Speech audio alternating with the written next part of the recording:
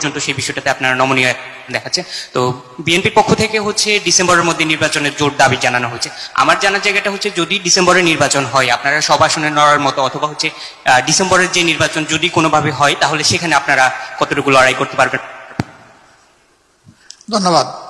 ওনার বক্তব্যটা কিছু ক্লিয়ার হয়েছে আর কিছু সাউন্ডের কারণে ক্লিয়ার হয়নি। আমি বলতেছি আপনার পক্ষে।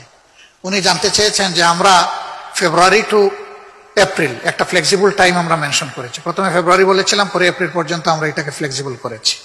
আর অন্যদিকে বিএনপি তারা ডিসেম্বরকে স্ট্রিক্ট করছে। এখন যদি ডিসেম্বরে ইলেকশন হয় তাহলে সেখানে আমাদের ভূমিকা কি হবে?